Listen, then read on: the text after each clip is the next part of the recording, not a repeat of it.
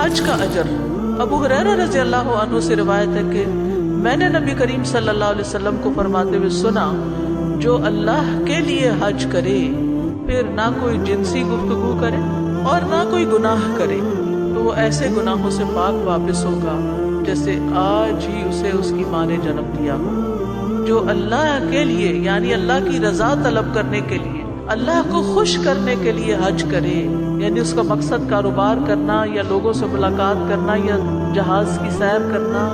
یا مکہ مدینہ دیکھنا نہ ہو، بلکہ اللہ کی رضا مطلوب، آخرت میں اللہ کے چہرے کی طرف دیکھنا، جنت میں جانا اور جہنم سے بچنے کی امید رکھنا، یہ اس کی نیت میں ہو۔ کوئی فحش بات نہ کرے، حتیٰ کہ ہسبینڈ وائف بھی آپس میں کوئی اشاروں کنایوں میں بھی ایسی بات نہ کرے، کوئی گناہ کا کام نہ ہو، کسی سے جھگڑا نہ ہو، تو پھر ایسا شخص اس طرح حج کر کے واپس آتا ہے جیسے وہ آج پیدا ہوا ہے۔ اور پھر آپ یاد رکھیے کہ جتنی دیر انسان حج کرتا ہے، جانے اور آنے تک وہ اللہ کے راستے میں ہوتا ہے، فی سبیل اللہ ہوتا ہے، وہ ایک ایک قدم اٹھاتا ہے تو اس کو اجر ملتا ہے، وہ کوئی بھی رکن ادا کرتا ہے اس کو اجر ملتا ہے۔ نبی صلی اللہ علیہ وسلم نے فرمایا، جب تم اپنے گھر سے بیت الحرام کے ارادے سے نکلتے ہو تو تمہاری اونٹنی کوئی قدم نہیں رکھتی اور نہ اسے اٹھاتی ہے مگر اللہ تعالیٰ اس کے ساتھ تمہارے لیے ایک نیکی لکھ دیتا ہے اور تم سے ایک گناہ مٹا دیتا ہے۔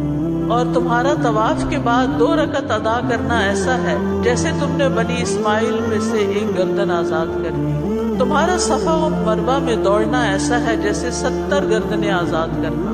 تمہارا دوپہر کے بعد عرفات میں کھڑے ہونا تو اللہ تعالیٰ آسمانی دنیا پہ نازل ہوتا ہے اور فرشتوں سے تم پر فخر کرتا ہے، فرماتا ہے میرے بندے میرے پاس کھلے اور گہرے رستے سے پراگندہ حالت میں آئے جو میری رحمت اور جنت کے امیدوار ہیں۔ بس اگر تمہارے گناہ ریت کے ذروں یا بارش کے قطروں یا سمندر کی جھاگ کے برابر بھی ہوں تو میں انہیں بخش دوں گا۔ میرے بندو لوٹ جاؤ، تم بخشے بخشائے ہو، اور ان کی بھی مغفرت ہے جن کی تم نے سفارش کی، یعنی جن کے لیے تم دعائیں مانگ رہے ہو میں نے ان کو بھی بخش دیا جو خود یہاں نہیں بھی آئے۔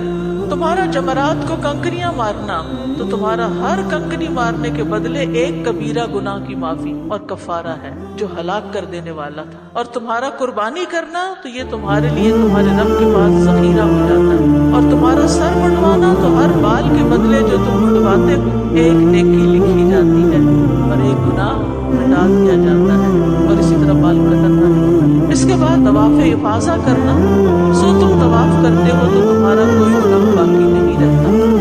اور فرشتہ آتا ہے یہاں تک کہ وہ اپنے دونوں ہاتھ تمہارے کندھے پہ رکھ کے کہتا ہے تم جو چاہو مستقبل میں کرو، تمہارے گزشتہ سب گناہ معاف کر دیے گئے۔ یہ حج کا فائدہ ہے۔ اسی طرح حج اور عمرہ کرنے والے اللہ کے مہمان ہوتے ہیں، اللہ کے وفد ہوتے ہیں، اللہ نے ان کو بلایا ہوتا ہے، انہوں نے اللہ کے حکم کی تعمیل کی ہوتی ہے، انہوں نے اللہ سے مانگا تو اللہ نے ان کو عطا کر دیا، پھر ان کو اللہ کی حفاظت ملتی ہے، حج کرنے والے کی دعائیں قبول ہوتی ہیں، گزشتہ گناہوں کی معافی ہوتی ہے، ایک ایک قدم پر اجر لکھا جاتا ہے۔ پے در پے حج اور عمرہ کرنا فقر اور محتاجی کو دور کرتا ہے۔ نبی صلی اللہ علیہ وسلم نے فرمایا حج اور عمرے کی ادائیگی بار بار کرتے رہو کیونکہ یہ فقر و فاقہ اور گناہوں کو دور کرتے ہیں۔